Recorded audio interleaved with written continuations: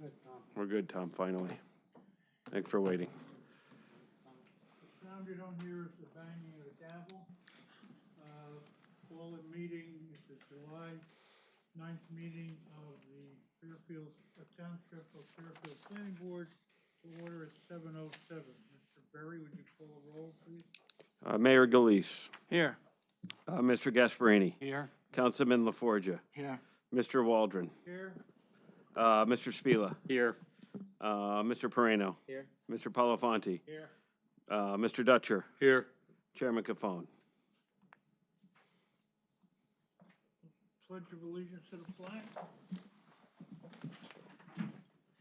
Pledge of allegiance to the flag of the United States of America and to the republic for which it stands, one nation, under God, indivisible, with liberty and justice for all.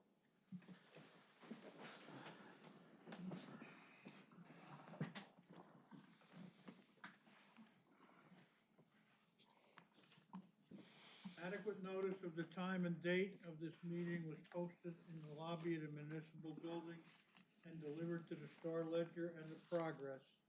The chairman announced that no case will be allowed to start its presentation after 11 p.m. First order of business, approval of minutes from the May 29th workshop meeting. Any comments? Can I have a motion? So moved. Who was that, John? Second? I'll second. Mayor Galise. Aye. Mr. Gasparini. Aye.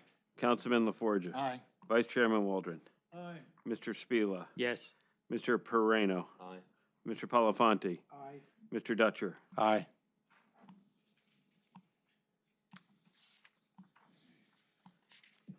Formalization of resolution,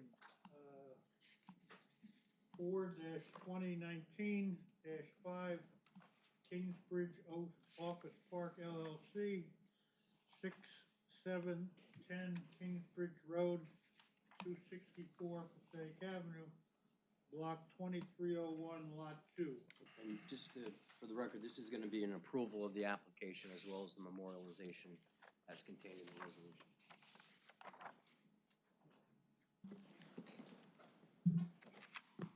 Good evening, everybody. Michael LaParry, Mandelbaum Barrett, counsel for the applicant. I don't know, what discussion. I can give a brief overview of what was added to the resolution since the last time, if that's what you'd like to hear. But I think you've probably had an opportunity to review it. Council did a pretty thorough job of putting together a very comprehensive resolution. So I can address any questions. We ironed out some of the last-minute parking issues. I don't know if we need to discuss that either. But there was a spot discrepancy, I think, that we resolved. So there was an issue on page 3, number 2, where we had it at 347. Council had it at 348. We had it at one less because in one of the buildings, I believe 8, it was lined out. There was a space that was lined out, but council explained to us that, in fact, they are going to bring that parking space back because it was lined out. So there was a garbage. I guess a garbage collection area, and they've moved it to the other side so they can now utilize that space. So we're going to amend number 2 to 348 spaces. Right. And just for clarification, this is nothing new. It was on the exhibits that we had prepared and presented to the board.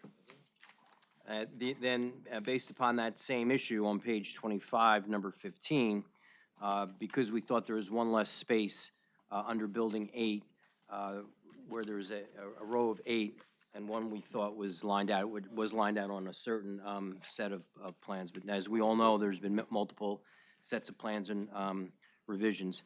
So it was just a little discrepancy, which we've worked out. We're going to remove 15. Actually, Mr. King, yes. I would suggest, because the plans show it as a space, but physically in the field it is not a space, that we revise 15 to say that the existing no parking striping in that space be removed and it be restored to a functional parking space, because that's not the way it exists in the field. Just so that, you know, there's a record of that space, which is in the northwest corner of the parking underneath Building 8. I don't know how else, you know, how else to define it. Okay, so we can amend 15, and the parking layout and overall count is to be corrected to reflect 8 stalls. And The yellow cross-hatched striping Will be in that removed. space will be removed. And you're okay with that? I thought that was there because cars couldn't turn around when you get down there because you're dead end into the building. Well, if those remember this approval, should the board vote in favor, is that those spaces are assigned. That is that space would be assigned, so there's no reason for anybody to go down that aisle except for, because that's their assigned space. I mean, if the board thinks otherwise, Not even to drop someone off or someone inadvertently goes down, I just, you can't turn around and you have to back out. I had to do that today because I wanted to go over there and take a look. Excuse me. But you have to back all the way out. You have no way of turning around. Is there another place that space can go? not really, no. No? No. They have efficiently used everything that they can on this site, I think. So if that's a concern, then, you know, that space should remain striped out, then it's still 347 spaces, and number 15 stays as it is. would that be an issue? I don't think it's a deal breaker for us. It's just, we wanted to we saw an extra spot. We thought we could take it because we knew parking was a concern. We thought we would take advantage of all the spaces we could take advantage of. But again, if that's, if the board finds that to be a real issue, we could lose that space. I'm just concerned that if, you know, an older person goes down there and they can't back up too good. I've seen that before. You know, it's a long It row is. of cars. It's over 100 feet To back out of. To back out. So with that said, then the resolution would remain as is. Can I have a motion? The hold on. resolution refers to Exhibit Motion. 1, 2, and 3. I'm sorry? The resolution refers to Exhibit 1, 2, and 3. Yeah, I didn't see Yes. those. So those are going to be the parking allocation, the reserved parking spots for those 3 buildings. It's going to be reviewed by the engineer and our traffic expert. So it will be created and attached, made a part of this resolution at a later time. So Eric, have you seen this exhibits 1, 2, and 3? Are the spots near each respective building or? Well, the parking parking allocation exhibit was presented,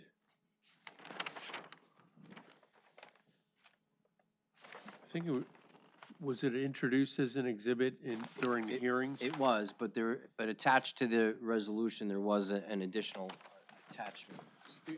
The exhibits that we prepared and attached were just basically a blown-up section of each area, and we agreed that we would record them as a deed notice because I know there was some concern, Mr.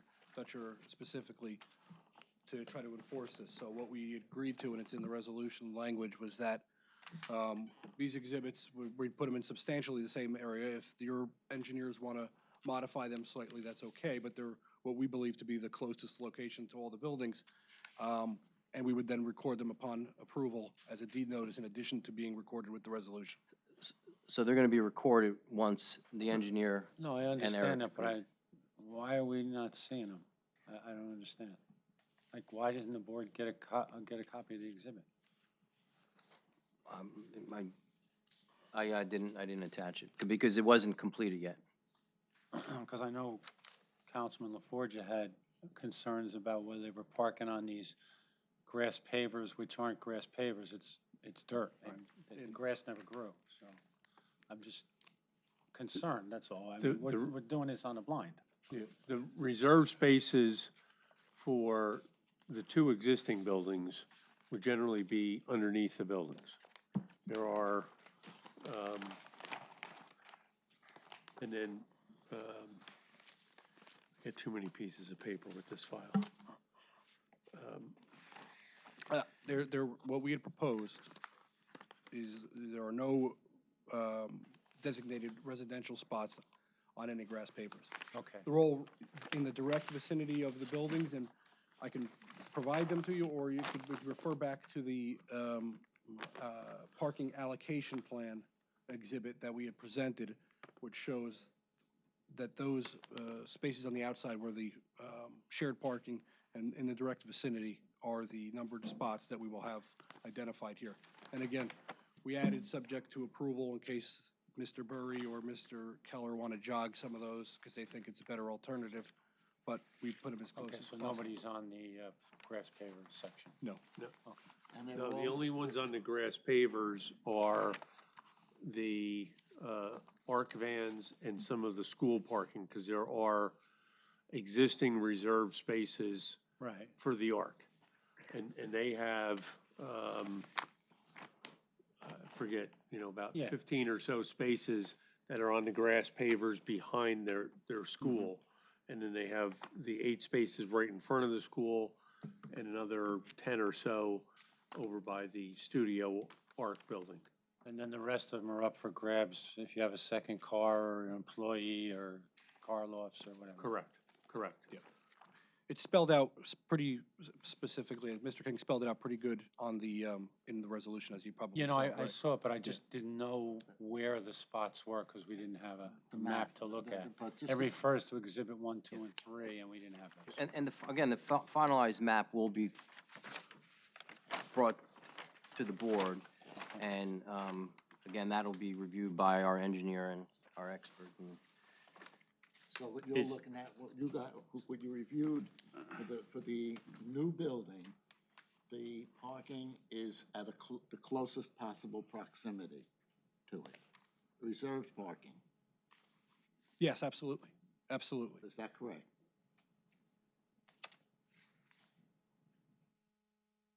I'm sorry? Yeah, it circles, it surrounds the building. It is the closest spots to the building. Yeah, I think the only difference that I would suggest from this parking allocation plan that was submitted as an exhibit during the testimony is that a few more, maybe 1 or 2 more of the senior parking spaces be on the south side, because that's closer to the main lobby. But others will have to be, because you have the 11 garage spaces that extend the whole west face of that. So the outdoor parking, the surface parking on the opposite side of that alley, that has to be split, because those on the south side, I'll call it the back of the building, are closest to the main lobby. And then you have another cluster at the front, closer to Kingsbridge Road, because there's a secondary access in there, so they can go in the front of the building and then go down the corridor to get to their unit. If Mr. Keller wants to move some around, we'll agree to it. Okay. Is there a target for completing those 3 exhibits, and who's got the lead for completing them? So, Right, because if we approve this thing tonight, then I would like to have some assurance that Steve and Mr. Keller have reviewed it and signed off on it at some point in time. If I may, it's just like anything where, with minor plan revisions, I mean, we gave substantially all of the spots. We identified every one of them. It's just I couldn't see more than 2 or 3 being moved at a maximum. I think Mr. Keller will agree to that. And that's just, I think at the end of the day, it'll be preference. And if he prefers to move 2 or 3 spots because he thinks one might be a little bit closer, we'll do it. Yeah. But it's been prepared and submitted and reviewed by Mr. Keller. Again, we're And you'd have to have that revision on the final plans, which will be signed. on the final Right, signed yeah, plans, the sure. signed plans. Absolutely. it's also gonna be Once deed agreed restricted. upon, we'll But yes, on the signed plan, it'll- signed by the chairman it- and myself for resolution compliance. It will be annexed to the resolution. It will be on the signed site plans, and we agreed to record it as a deed notice so that it's enforceable that way as well. Yeah, so Every which so way. What comes later, just, from the process, the final sign plans that, after reviewed resolution, that all the revisions on the plans are in compliance with the resolution, get signed by the chairman and myself when that's done. And this item will have to be part of it, and it won't without colored review. It is now. Now I'm done. Okay. And then I have a question on number 18. That's where we talk about all the conditions of prior subdivisions, preliminary and final site plan approvals are still in effect. And it goes on to talk about that all of those things have to be completed before, if this passes, the new building is to break ground. That's correct. So my question is, I don't see anything about the EV in here. Am I assuming that EV ready and install is part of that? Because under the state statute, which precedes our ordinance, that the first two buildings were built on, maybe not the first one, 264, but 8. It's supposed to be EV ready, meaning everything's supposed to be at the building except for the charging station, so that it's an easy install for the charger. And then if, from what I spoke to Steve about today, 1/3 of those are supposed to be put in the first 3 years, and then the second 1/3 is supposed to be in the next 3 years, and the final third is supposed to be in year 6 or whatever. Actually, the first third go in with the project at the outset. Oh, okay, 1/3 within the next 3 years, okay. and the final third by year 6. So, So, condition 14 asks for a schedule for installation of the EV charging and the location of those, and some of those will need to be, may need to be modified right, because some of the spaces are reserved, and if you don't have an electric vehicle. correct. So some of the reserved spaces may change, have to be modified during the life of the tenancy, depending on if somebody has an EV vehicle. So the EV charging stations should not all be in the grass paver, Right, I follow you. you know. Right, they Some should of be them can be, but Right. But my question is, so at this point, nothing's built. I think there's 2 chargers sitting over there by 264. yes. Okay, so at this point, I believe there's 41 spaces. So does that mean that 1/3 of those have to be installed, but all 41 have to be ready? Correct. Okay, and that's a condition also. That will happen before we break ground on a new building, correct? That's what the paragraph reads. Okay, because all the landscaping, everything's got to be done, the paving, all and we prior- can cordon off the area where construction is with a staging area, and everything else should be finished grade, finished blacktop, finished sidewalks. Correct, Mike? Yeah, except for the fact that I think some of that 41 would probably be associated to the new building, which means that we'd have some more time to get it ready. No, I understand. Yeah. Yeah, but what I'm saying is the 41 have to be what they call EV ready. The make-readies, yes. Right, so that part is a given, but at this point, there should be a third of these EV chargers, even from the first building. I think there was 30, yeah. and now you have 41, so that's at least 10. Okay. I don't know exactly how many are built right now or how many were the prior approved, so I don't know the exact answer, but we'll make sure that we comply with Okay. whatever the law requires us to do. Okay, So if that's the case, yeah, and that's, I just not want gonna say to you- be sure that was Yeah. part of this. yeah, again, we have to comply with the law, Okay. so we will do that. All right.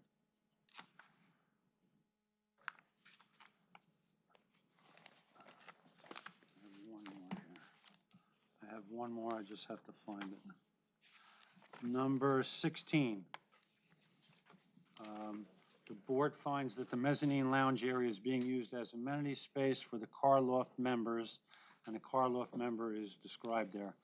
After for the car loss members, should the word only be installed?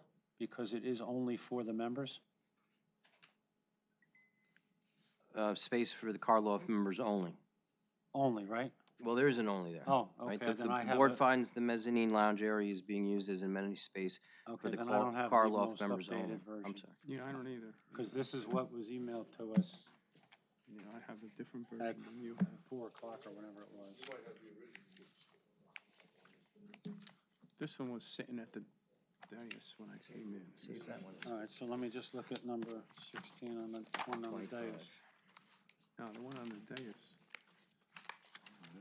That's not the one either. No, I don't know what that one is. No, this isn't it at all. No, this is, you should have one that's highlighted in yellow. No, no, that's what we don't have. that's what we don't have. Because when I opened it up at 4 o'clock, there were no highlights in it, and I had asked that we'd have a highlighted version so we didn't have to read 23 pages and try and figure it out. Hey, you sounds like you got through it quickly, though. I did. You read faster than I do. Okay, so I just wanted to make sure that's in there. If it's Yep, in there, so Pete, I'll- I'm fine with it. I'll read it. Okay. The board finds that the mezzanine lounge area is being used as amenity space for the car loft members only. And a car loft member is someone who leases one of the 99 spaces allocated for an antique exotic car or one of the 6 spaces allocated for an antique exotic motorcycle at and in the building referred to as the car lofts. Okay, that's fine. I don't have anything else. Any other comments? May I have a motion? And it's a motion again to approve the application and adopt memorialize the resolution. I'll make a motion to adopt the application. Is that what you said, adopt? And memorialize.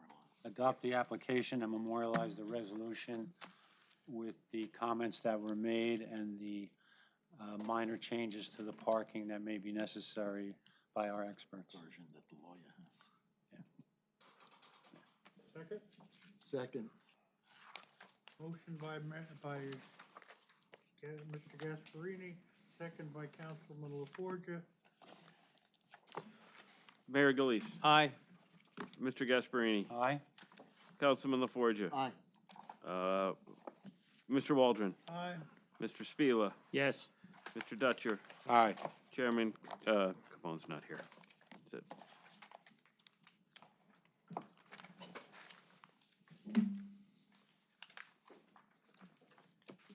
That's it. Oh, okay. Your kids are gonna be ecstatic. Been waiting a long Thanks, Mike. time. Have a great night, everybody. Thanks, Michael, you too. I am done for the night. Thank you all. Those Thank you. highlighted, those highlighted, Yes. they were sent. Yeah. Okay. My secretary was supposed to have sent it. Have a good night. So You long. too. Thank you. Thanks, Eric. Thank you, good night.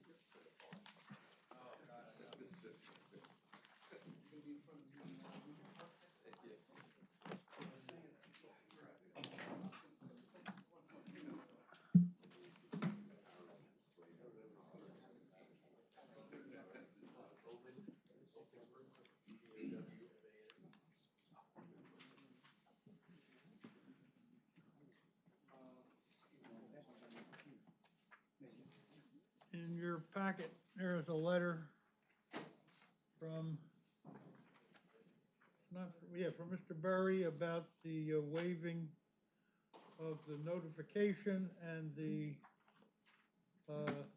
applicant, 372 Fairfield Road LLC, will go on the agenda on August 13th.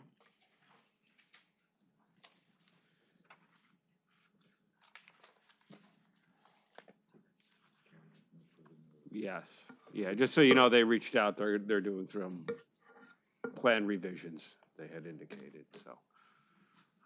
Right now, they've been asked to carry till August.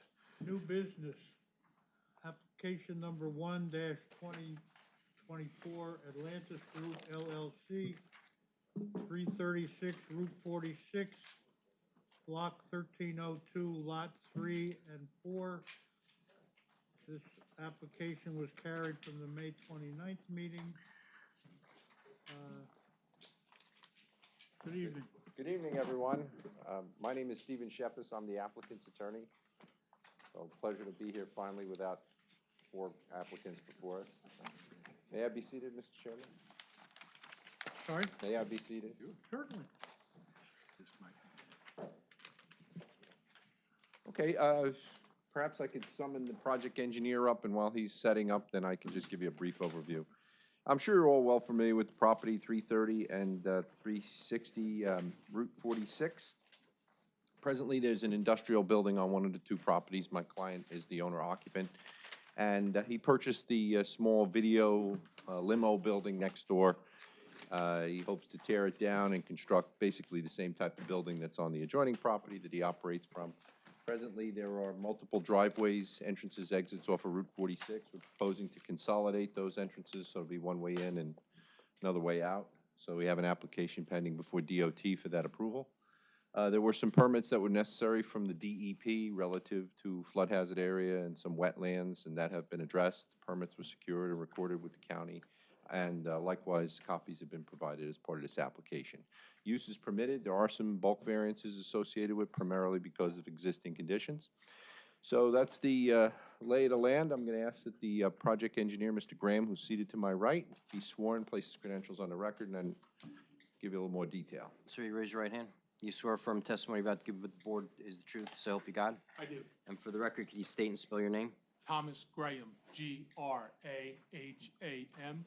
And your testimony is engineering? I'm an engineer. I'm a And all- licensed professional engineer in the state of New Jersey. I've been licensed for 30 years. I'm a partner in the firm Dykstra Walker Design Group. I've testified in front of many boards in Sussex, Bergen, Warren, Passaic, Morris counties. I've testified in front of this board, although it's been a number of years. And you were qualified? Yes, sir. Mr. Chairman, the witness is qualified as an expert. You may proceed. Very good. Now, Mr. Graham, the board has accepted your credentials. Let's talk about the base survey. Did your firm prepare a base survey in conjunction with this Actually, application? we did not. There were 2 surveys that were provided for us for each individual lot, but that was the base map for the project. We're here today for lots 3 and 4 in block 1302. Lot 4 currently has a 2-story building with about 9,500 square feet of warehouse space and 6,600 square feet of office space. Sir, wait, would you mind actually just sliding the microphone over a little bit? Sorry, is that better? Yeah, well, we hear it fine here, but it's routed in any number of different sources. Understood. Thank you. Thank you. Again, lot 4, there is loading on the west side of the building, and the bulk of the parking is on the east side. Lot 3 currently has a 3,600 square foot retail building, which is orientated a little cockeyed to Route 46. It's not square with the highway. And that property has access, well, both properties have access off of Route 46. We did get DEP approval as the property is located within the flood hazard area. We did get DEP approval for the flood hazard permit as well as a wetlands permit. There are some wetlands on Lot 3 to the south and to the west. The wetlands to the south are ordinary resource value and have no transition area. The other wetlands to the west are intermediate resource value and have a 50-foot buffer to them. Lot 4 has intermediate resource value wetlands to the southeast of the property. Currently, there are 2 different accesses for each lot. For Lot 3, it's a one-way in and one-way out, back out to Route 46, kind of an existing Y configuration. For Lot 4, it is a one access both egress and ingress for that lot. Lot 4 currently has an existing loading space and 40 parking spaces. Lot 3, we're proposing to redevelop. The properties immediately behind the property, Lot 2 and 10 are owned by the National Red Cross, and that is a very heavily wetland constrained property. And then Lot 9, immediately to our rear, is owned by the town's Board of Education, and there's a ball field in close proximity to the property. The application that's before you is primarily a redevelopment application of Lot 3. We are going to provide shared parking between lots 3 and 4 and improved truck maneuvering for Lot 4. The existing retail building on Lot 3 and those improvements that currently exist will be removed and replaced with 14,000 square foot warehouse and office building, about 10,750 square feet of warehousing and 3,200 square feet of office space. It's proposed to be split up into 6 independent units. We're proposing 6 garage doors along the easterly side of the building, along with man doors, and the most southerly door can accommodate a tractor trailer. Access to the office will be to the northeastern corner of the building for the office spaces. Existing ingress for Lot 3 is to remain, and the egress is to be removed. The exhibit that I have up on the board identified as proposed layout exhibit for preliminary final site plan, Atlantis Group LLC, sheet 1 of 1, originally dated 5/29 of 24, but has been revised through 7/9 of 24. So I marked that as exhibit A1. Good idea.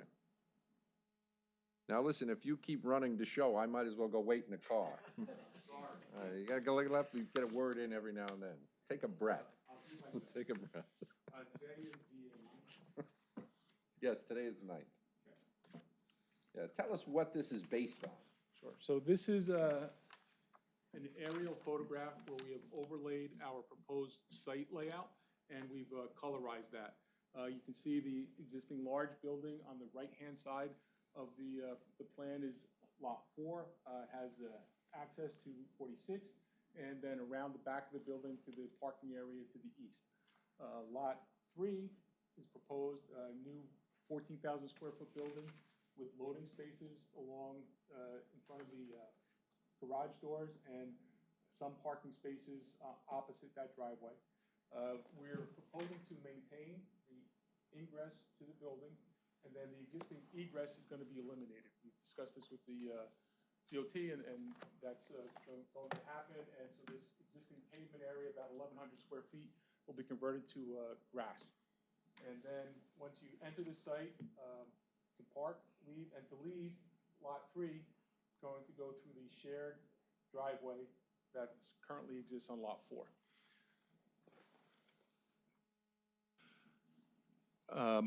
Both lots can accommodate a WB50 tractor trailer along with the town's 47-foot ladder truck. And those traffic movements were shown on the site plan that was submitted to the board, plan sheet 7 of 9. This is the plan that was provided to the board, so we'll mark it as an exhibit. But you can see the truck can come in and then back into the loading space to Lot 3. And then for Lot 4, the truck comes in and then backs into the loading area for Lot 4. And then to exit the property, it just can get back to the driveway and go out. So the site will improve the traffic circulation for the trucks. The existing Lot 4 is it's limited because the properties are not connected today. So we're going to improve that with the connection and the proposed parking and access, cross-access easements. Lot 3, the building requires 24 parking spaces. We're proposing 13 parking spaces on site, and 12 spaces on Lot 4 will be dedicated to Lot 3. The area will be connected with sidewalks, the parking spaces with sidewalks, and the island that ends up in between them will be attractively landscaped. So we have a total of 25 parking spaces for Lot 3, where 24 are required. In addition, we are proposing 1 handicap space, and we're proposing 2 EV spaces, and one of the EV spaces will be the handicap space as required by code. So with the EV bonus, Lot 3 has 27 parking spaces credited to it, and 24 parking spaces are required. For Lot 4, 36 parking spaces are required. There are 40 surface spaces. One of them is a handicap space, and we're proposing 2 EV spaces on that side as well. Again, the handicap space will become an EV space. And so there, with the EV bonus, there are 42 parking spaces credited to Lot 4, where 40 are required.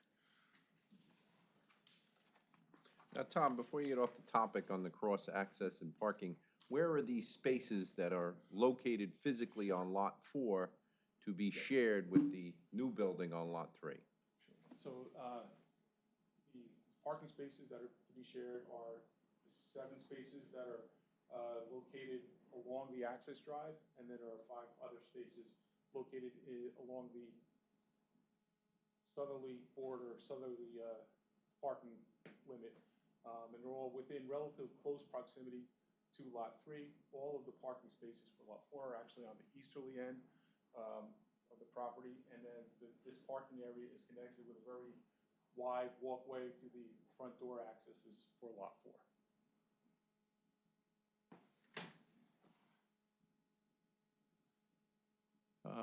The project signage, there's an existing sign for Lot 3. That sign is to remain. Just the signboard or message will be modified to reflect the the new tenants of the building. And there is going to be one 48-square-foot building-mounted sign on Lot 3. There is no proposed changes to the signage for Lot 4. Landscaping, we're proposing a lot of foundation plantings and trees around the new building and the island area to be created between the 2 properties. And there is no proposed landscaping for Lot 4 with one minor exception. There is an existing paver patio on the easterly side that it is not used, and that area is going to be converted to a landscaped area. The lighting, all lighting for proposed Lot 3 is going to be LED light, and it conforms with your code. There are no changes to the lighting on Lot 4. Again, we did have to get the DEP permits for the project because of its proximity to the flood hazard area, and those permits have been received for both freshwater wetlands and flood hazard area. With respect to zoning, our plan had identified 2 variances, but your planner had a couple of more, so I'll run through them now. Maximum permitted impervious coverage of 55%. Proposed Lot 4 will be at 68.8%. That's down from what exists today of 69.3%. So while it's a variance, it's an improvement over the existing condition. Parking stalls shall utilize hairpin striping. Our plan just delineated single line parking spaces. That's consistent with what is out there on Lot 4 today. And I suspect that we'd like to just keep that consistent through both properties. There's a minimum parking setback requirement of 10 feet to the property line. We are at 0 feet. Again, that's because the shared parking between lots 3 and 4 is right up against the parking lot, so we don't meet that standard. Minimum parking setback from a side and rear property line, 4 feet is required, and we're proposing 0 feet, again, because of the shared parking condition. Frontage areas to be landscaped and parking screened. There is existing parking area for Lot 4 that is in the front yard that is not landscaped or screened. That's really a condition due to the configuration and shape of the lot. It gets very narrow as you move from west to east, and the parking area, which has been there for some time, is located within the front yard. There is minimal landscaping that exists there, but again, none was proposed, and that's the existing condition. We just wanted to maintain that. Parking stall dimensions, your ordinance requires 10 by 20 feet. We're proposing 9 by 20 feet.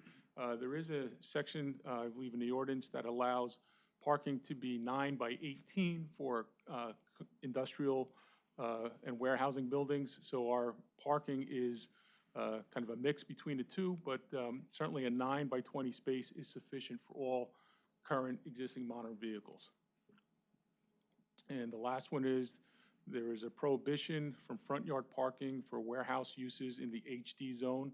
And again, front yard parking is proposed. This is an existing condition on Lot 4. There is no proposed front yard parking associated with Lot 3. That's the limit of the variances or zoning issues that were raised by your planner. Now, Tom, is it fair to say that these, I'll say variances that you've just identified are generated by two conditions? One is the melding of the lots as relates to access and parking, correct? Correct. And secondly, the unusual shape of lot number 4, and likewise the fact that impervious coverage is already over the maximum. So if you started adding more pavement, you'd put yourself in a situation where you'd be exacerbating that variance in order to provide bigger parking spaces. That's correct. And from an engineering standpoint, do you have any concern of the sufficiency, the size of a 9 by 20 parking space for what would presumably be passenger vehicles, maybe vans or pickup trucks? Absolutely not. The 9 by 20 space is absolutely sufficient for modern parking, modern vehicles. Oh, so then let's just touch lastly on this impervious coverage issue. You noted that there's a pre-existing non-conforming 69% or so on lot number 4. What's the present condition on lot number 3? Lot number 3 currently is at 53%, and when we're done, we're going to be at 53.2%. And there's actually an overall minor reduction in impervious coverage between the two lots. Okay, so even though you're asking for a variance, it's an improvement over an existing condition. That's correct. Now, are you proposing any stormwater management, or does the reduction in coverage justify none? Again, this project is not considered a major stormwater management project. The area of disturbance is less than 1 acre, and there is not an increase of impervious coverage greater than 1/4 acre. So, and our proposed reduction in the overall impervious coverage, no other stormwater management is required. All right, now you noted that there's a patio on the east side of the building that's not being utilized. It's going to be removed. Yes. What's proposed in its stead? Landscaping, probably grass or maybe some shrubs. All right, so is it fair to say it becomes a pervious surface as compared to what it is now? That's correct. Okay, and the sidewalks that are in front of the building remain exactly the same way that they are today? Yes, they're actually, it's a very nice sidewalk to walk along. It's very wide and it's a comfortable walk from the parking lot to the front doors. Okay. I don't have anything further, Mr. Graham. Could I ask a question? You certainly may. With the elimination of the exit onto 46 for the building 3? Yes. Those are two separate lots, so is that going to be problematic for anyone if that is decided to be sold separately from 4 if that? No, I believe that the cross-access easement will be part of the deed and part of the lot going forward, regardless of who owns either lot. So it doesn't matter, they would still have the access to the exit on Lot 3 4. Yeah, Lot 3's is dependent upon access through Lot 4 to exit the property. That would have to be a condition of any sale of the property going forward. We would agree to a condition as to a permanent cross-access parking easement. The cross-access easement, of course, would be limited to the west side of the building on lot number 4, so that there'd be no need for them to drive around the building. There's no way out. But we would include that area so that they'd have access, egress out onto Route 46. And likewise, we'll identify those parking spaces that we discussed as far as being shared. Okay, that satisfies you, Steve, that cross easement can work? Yes. Okay.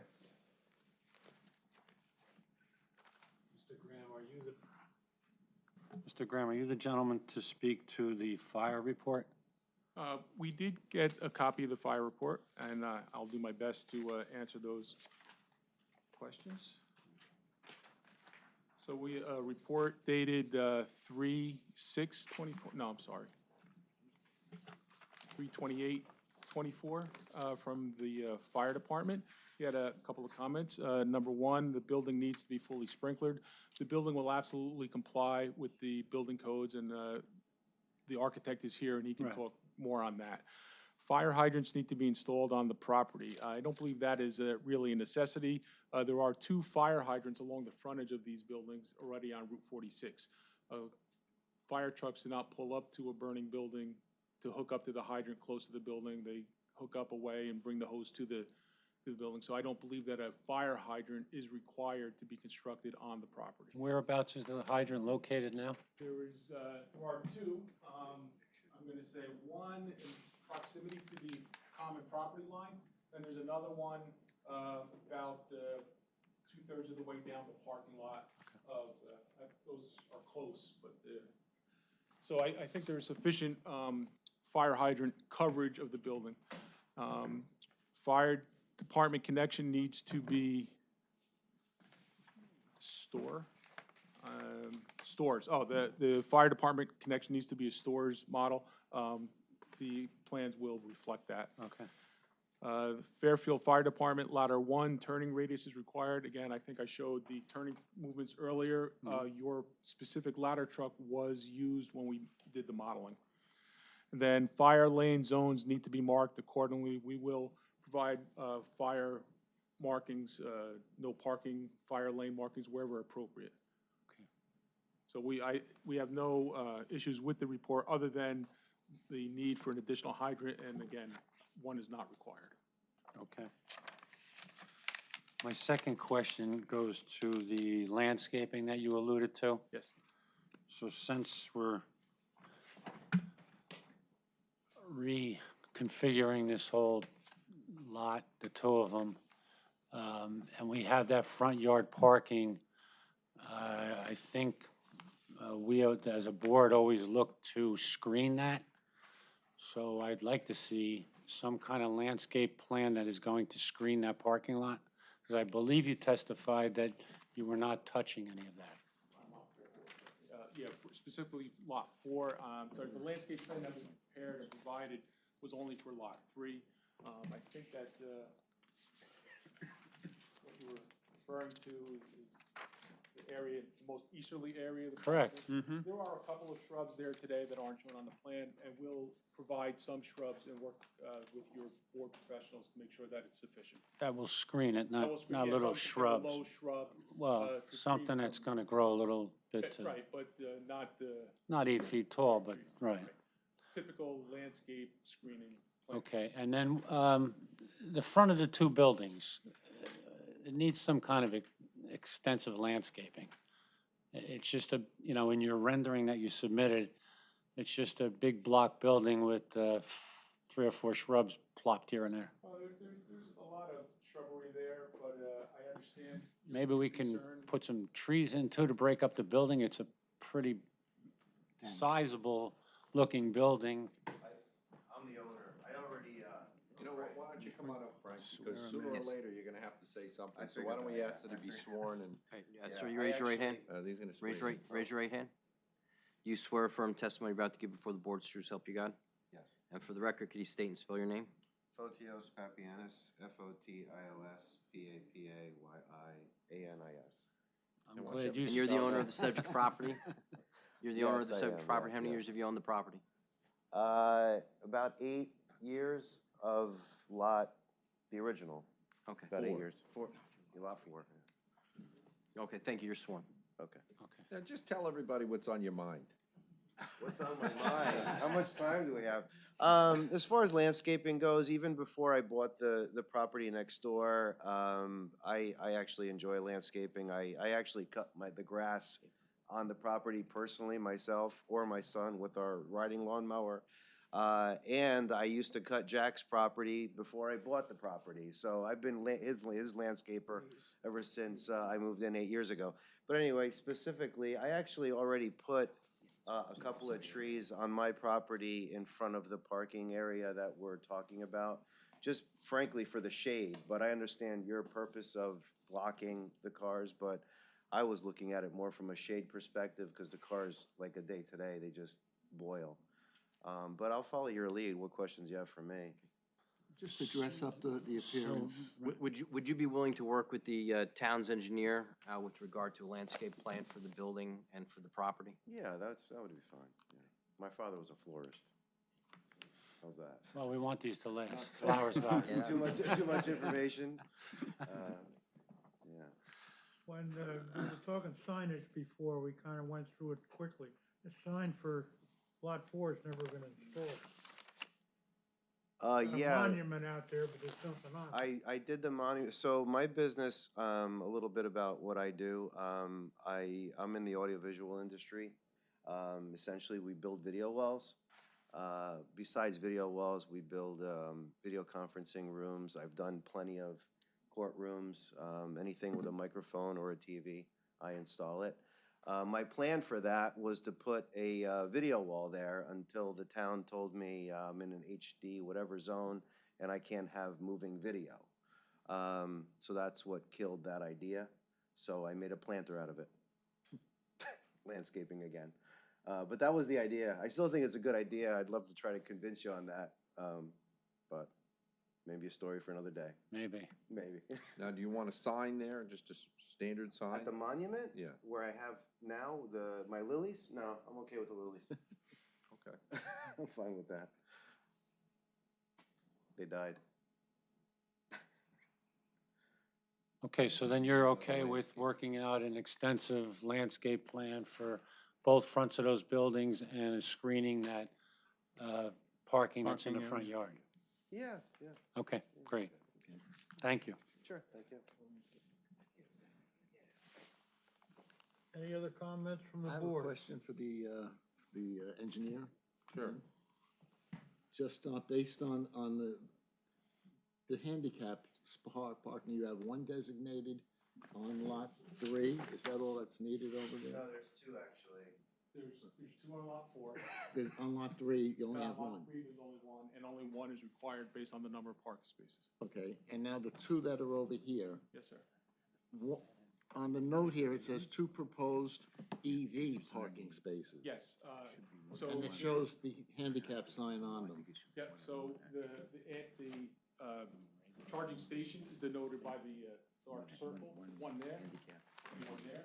It is lined up between the 2 parking spaces so that the 2 parking spaces can both be charged there. And it's a requirement that of all the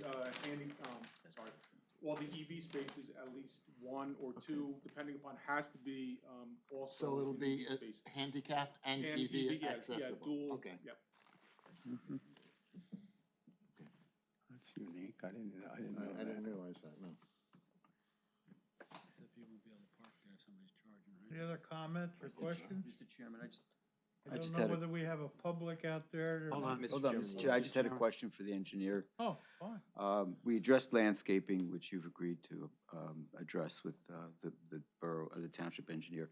I was a little confused about the impervious calculation comparison. You're indicating that you're reducing the amount of impervious coverage on lot 4.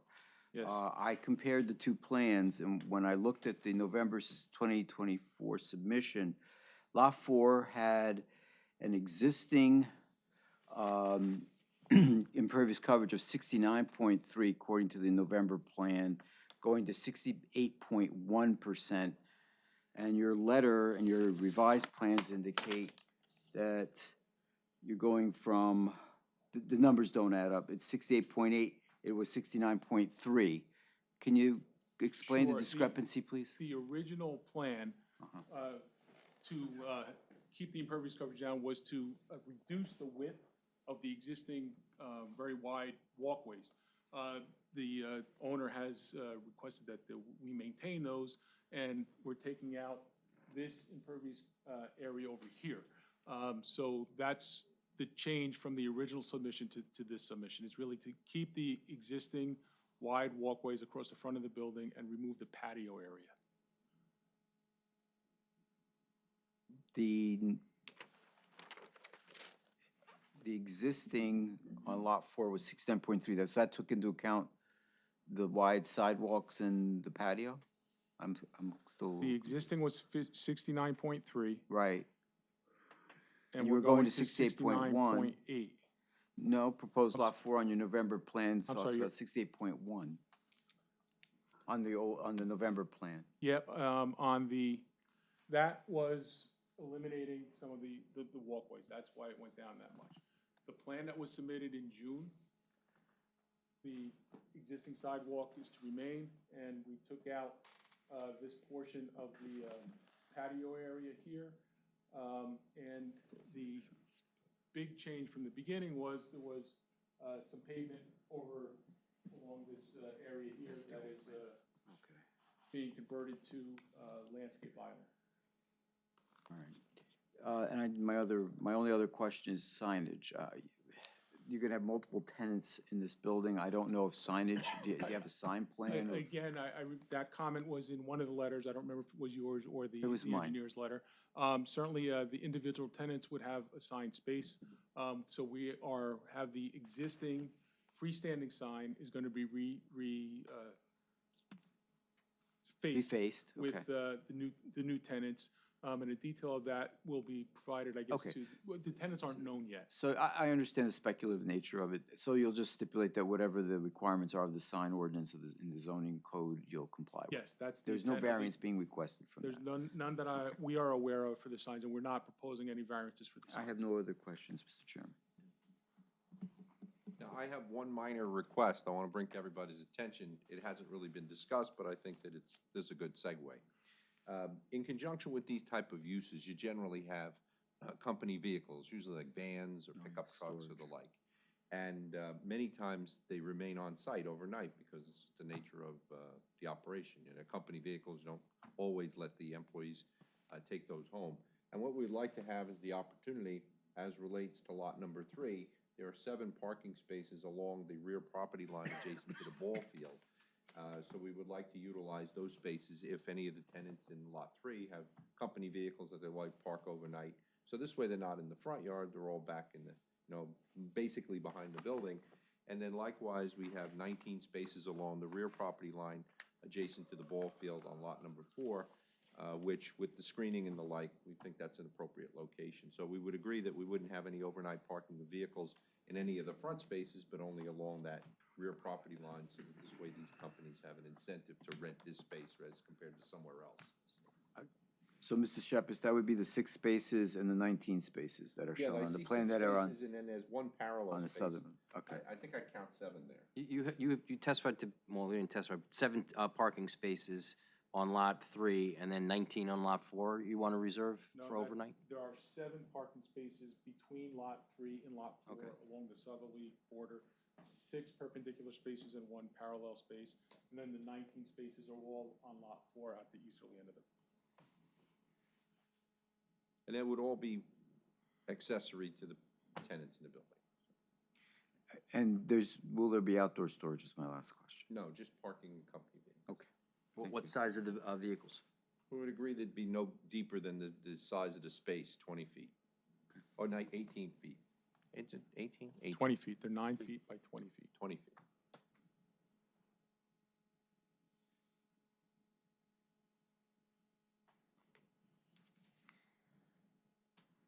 Any other comments or questions? Do we have any public in the building? Or are these all your employees? Well, they're independent contractors, but yes. I'd be banging a gavel if I had one. I have a baseball bat in the car, you want me to? You have any further witnesses? Yeah, we have an architect. If we don't have him testify, he won't be able to bill the client for his attendance. Thank you. Thank you. Mr. Babula, why don't you come on up? I know you have a rendering with you. I'm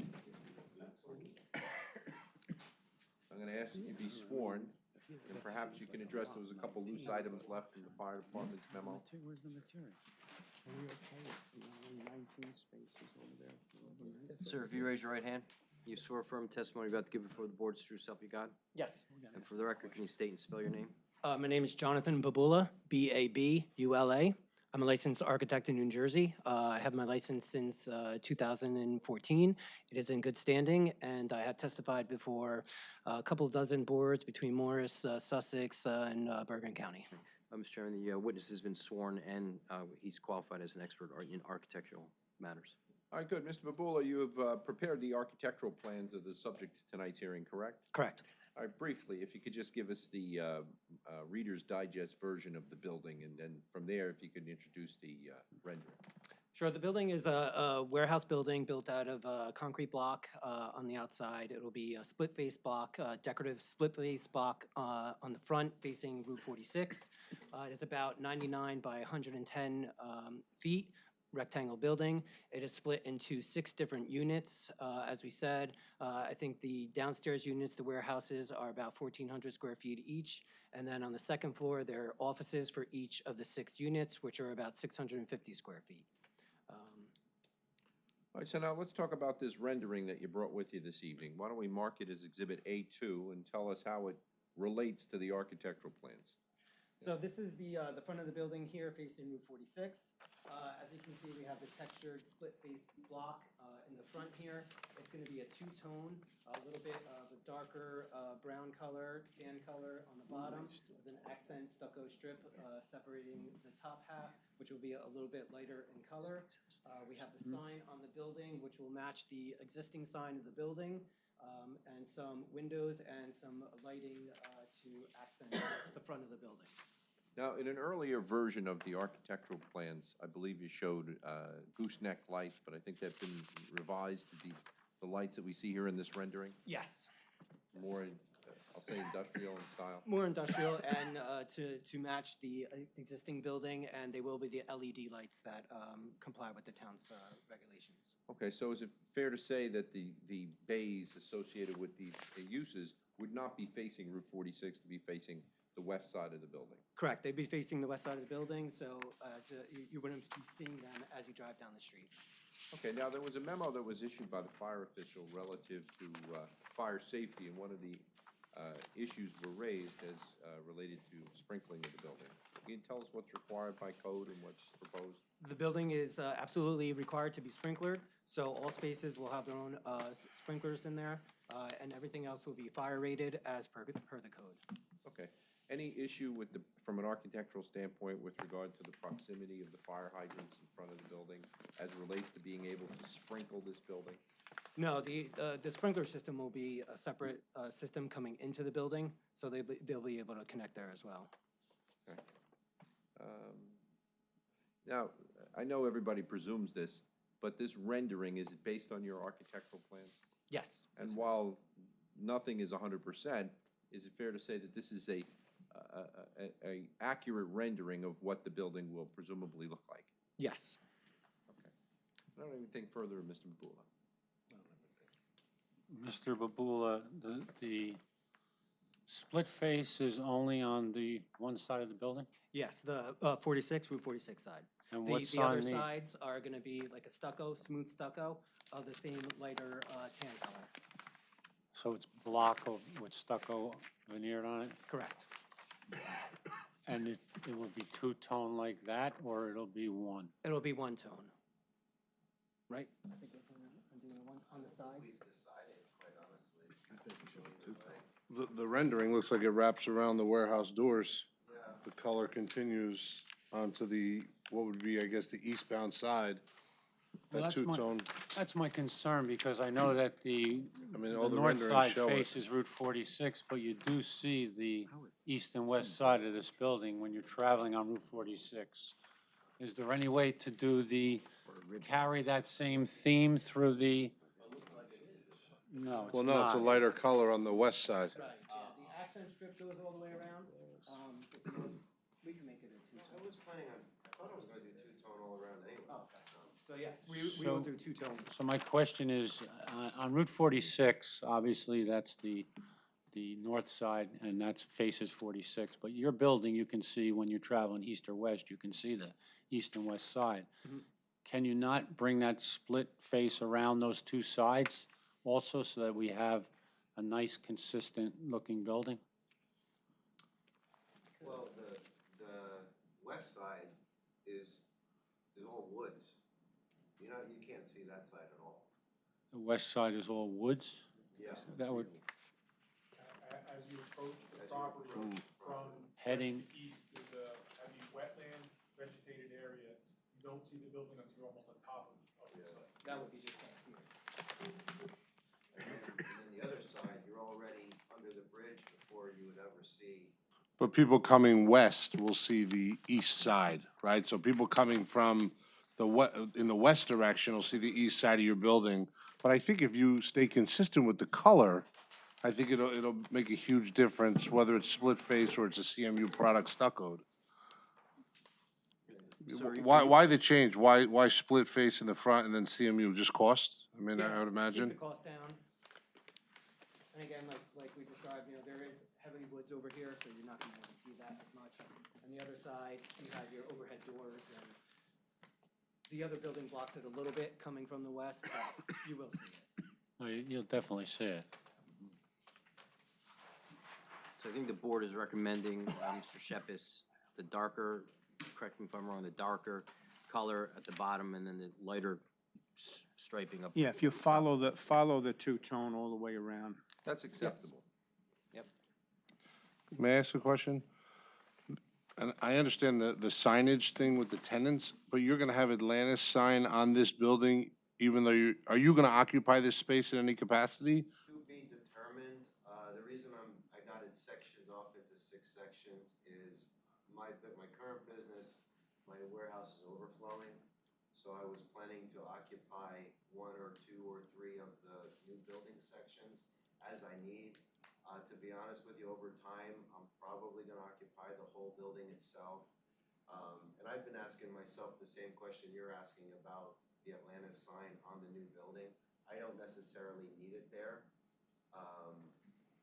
So, I mean, I'm not trying to muddy this conversation, but one of the ideas was if I needed a place to put the signage for the future tenants, I don't mind if that was the spot, if that's allowable. I'm open to that. I don't. But you're keeping the existing sign as it sits today, just to modify it to comply with the tenant occupancy based on the engineer's testimony, right? So you have a freestanding sign already that you're gonna retrofit for your tenants Yeah. and possibly yourself. Yeah. Yeah, right. So if you fully occupy, just put Atlantis on that. If you don't, partition, let's say you have 3 tenants, partition 3 spaces for tenants, and whatever you use, you use. Understood. Is there an objection to the sign on the building as shown? Just that it's confusing that there's a sign on the building that doesn't correspond with the signs that are on the freestanding sign. Or it could be both, if I occupy the whole building. I mean, I think it's a back and forth argument there. Well, only if you're occupying the whole building right now, tonight. Understood.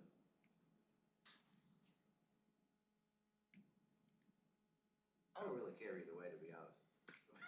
I already have a sign on my building, so I don't think it's that big of a deal either way. I mean, can you have both signs at the same time? Can you have a sign on a building? Yeah, that's what I was gonna say. I think you can. You are allowed, and they already with a testified, right? percentage. It's not triggering a variance for a wall sign. I forget the percentage of the wall you can. Yeah, But then you could also have a freestanding sign without triggering a variance. right. So I guess it's up to you. I mean, that's not something that would be within our purview, I What guess. if you put a building number where the Atlantis sign is? The mailman still goes to the wrong building, I can tell you that. The mailman doesn't make you money. I don't know. I don't want a number that big, to be honest. Well, you I have don't to want make to it put that a big. number on the It building. wouldn't be that big. This is the maximum, I think, that a wall sign can be. So anything smaller numbers, you Right. know. It'll be known as the Atlantis Building, that's what. Or 2 of them, yes. Whatever, it's your building. Any other questions? I have a question, on the east side, you're gonna have the doors. There's gonna be 6 of them, right? Correct. Could you explain to me how those 6 doors are gonna coordinate with the building? I don't know how you're gonna divide it into 6 places and you're gonna have 6 doors on the other side.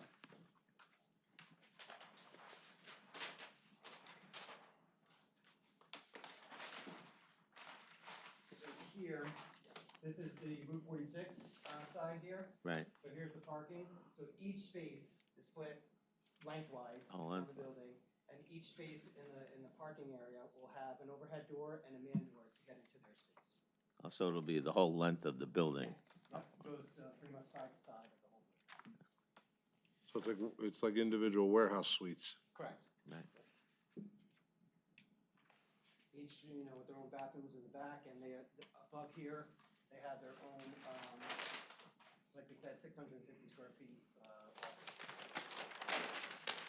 So it'll be a staircase for each unit to go to the second level? There's two common staircases, one on the front and one in the back, with a mezzanine or a corridor that they can access everything. And then the parking lot side here is gonna be a two-story warehouse space. Get it?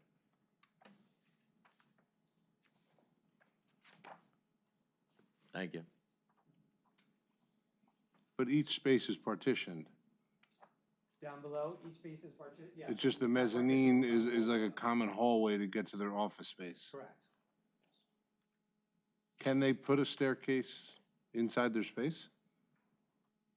Or They just takes could, up it square would- footage? It would take up square footage, if they're using it for warehouse space, it takes up a lot of space there.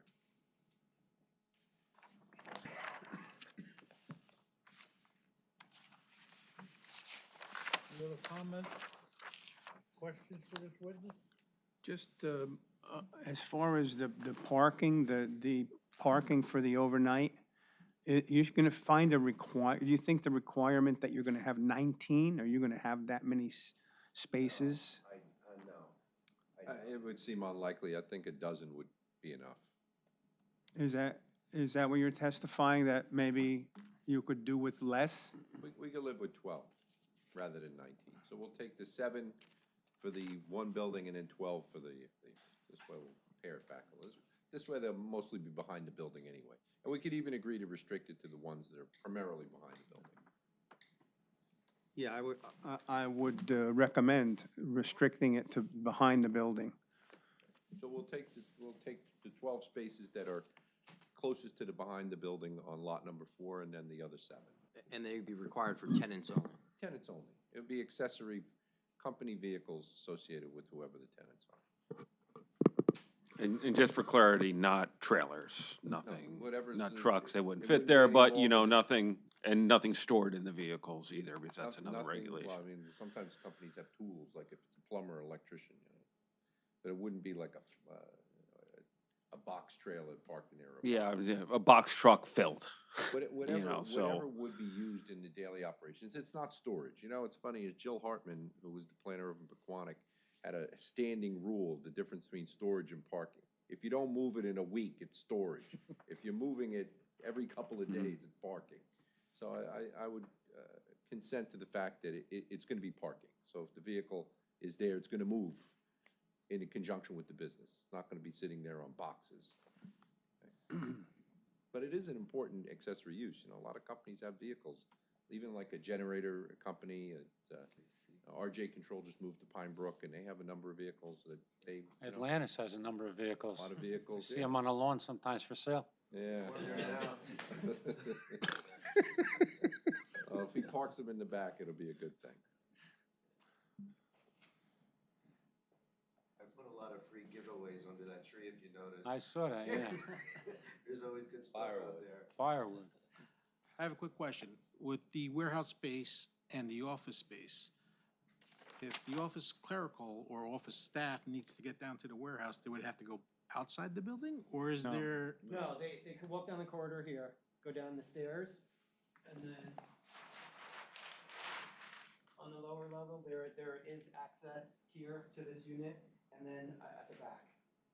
They actually would, yeah, they would have to go outside. Yeah, right, you can only get to the outskirt space. You Right, don't go to the from- man door, Mm-hmm. you have to go out the building, right. Yeah. And then there are doors in the back to go to each unit as well. It's a little odd, isn't it? That you have to go out into the inclement weather to get back in? If it's raining, they have hair like me, it's a problem. We could discuss putting stairs in each unit, but I think it's gonna depend on the tenants as well, so. Or is there a way to come down and then have a corridor underneath along that back wall? Underneath the mezzanine offices with a door that leads into each of their storage areas. Yeah, if we move the toilets, the bathrooms up a little bit, we might be able to accommodate that. Again, that's something, we can discuss in the design phase more. But So as you have it now, just the two outside units will be able to access the upstairs without going outside. Correct. So you'll have four. The four inner units would have to go outside, go to the door to the stairwell, and then go up.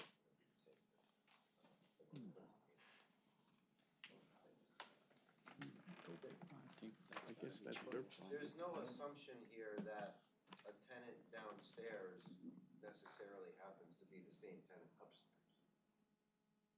The theory, like, I already talked to a lot of electricians and stuff, and I know who's pretty much gonna rent this from me. They just need a place down, like an electrician, he needs a place to store his cable, his conduit, and his stuff. And if he happens to rent a desk or a space upstairs, it's really for him to stick an estimator up there to do estimates and proposals and stuff. That's really the theory of what's going on here. And not every contractor is necessarily gonna need that desk upstairs, they're gonna use their living room, just to, cut costs down. So, it's really.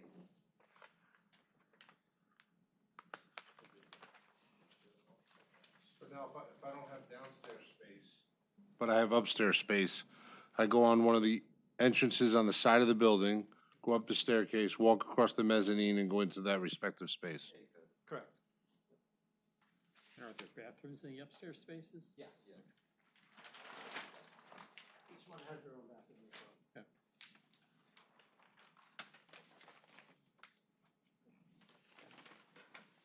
Interesting concept. I know your law office isn't gonna be upstairs. Right? I know your law office isn't gonna go up there. We need that grade. You got a lot of people can't make the step. Exactly.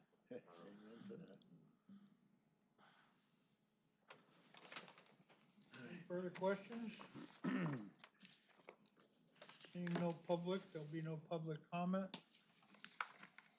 If there's no further questions, do I have a motion? I think you need to sum it up. Do you have any other Like, witnesses? Closing, Yeah. I never want to get involved if you're on your way to approve something, so I figured if I don't say anything. it's There fine. may- there may be- all I your bill ask too. for All is right, a all right, I'll vote. say There something. may be I'll say people something. for or against the Okay. project. I don't think anybody here is going to speak against this. Well, first, I want to thank you for your time, and I don't take that lightly. Everybody's time is precious. You could always get more money, but we can't get any more time. So I thank you for your time and everything you've done up to this point to consider this application. Part of the application submission is a photograph of the existing building. It doesn't do anything for anybody. It was probably built before there was zoning, and it's a mishmash, it really is. It's gotta go. And this is a great opportunity to eliminate an access point on Route 46. Some of these sites are a little tricky, sometimes you miss a turn, and then you gotta go around past Calandras and come around. So I think this is a great way to try and simplify access to the sites. It gives you another bite at getting at the Atlantis building. And the architecturals are very nice. I think it certainly adds something to the streetscape, and it also improves the functionality of both properties. I really don't see anything against, any reason you would say no. I mean, it certainly seems like a great opportunity to create a decent rateable, low impact. And plus, there's a lot of need for this. You get a lot of people that have HVAC businesses, plumbers, electricians. It's tough for them to find space with indoor storage. And, now you got a lot of these land uses that are focused on sports-like uses. Like I have a client just built a building in Montville, and he's getting bites from pickleball and gymnastics, and they're really putting a crunch on these smaller industrial spaces because they're coming and renting the whole building, and taking 5,000-6,000 square feet and paying a premium, and it's putting a squeeze on the HVAC and the electrician and the plumber. Whereas this building is small enough that you're not going to see somebody playing pickleball in here. And it's going to be a good spot for local contractors to be able to stay close to home, provide valuable services to the community, and be able to function in a way in which it makes sense to run a business. So this is a great opportunity. It's not just for this property owner. I think it's a great opportunity for the business community and people that call upon plumbers, electricians, HVAC, and the like. So they got to come from somewhere. And if you got no AC on a hot day like this, You want to try and get somebody local. So, listen, I appreciate it, and I'd ask that you give us an approval. Thanks. Is there gonna be street number on the building?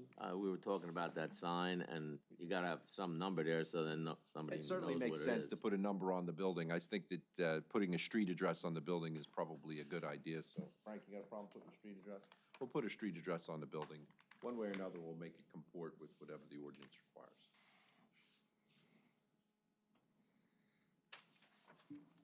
No further comment?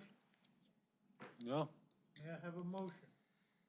Make a motion to approve the application along with the conditions that we discussed, landscape plan to be provided, an extensive one, and the rendering of the building to match all the way around in color so that it's consistent, And the more easement. attractive.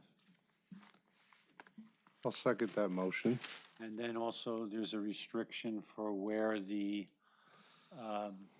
any of the tenants who leave a vehicle, a business vehicle, where they are able to park it. And no outdoor storage. Can I just ask one more question? Being that you're gonna have the two together. No, forget about it. No, I'm sorry. Do you have anything else from your notes? Just the easement, the easement over the other property. Yes, we agree to that, and I'll submit it to the board attorney for consideration before it gets executed. Okay, we have a motion by Mr. Gasparini, a second by Mr. Drucker. Mr. Furry, would you call the roll? Mayor Galise. Aye. Mr. Gasparini. Aye. Councilman LaForgia. Aye. Vice Chairman Waldron. Aye. Mr. Spila. Yes. Mr. Perino. Aye. Mr. Palafonte. Aye. Mr. Dutcher. Aye. Okay, well, thank you very much. We appreciate it, and Frank, go build it, will you? Thank you.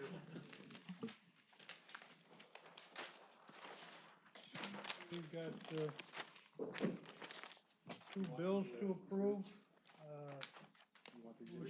No, I don't know that. I will keep the one on the Motion by building, though. Mr. Gasparini, second by Mr. Palafonte to pay the bills.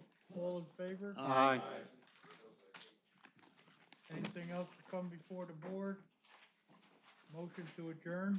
Motion. Motion, second. All in favor? Aye. Stick it out at this time instead of 11 o'clock last time.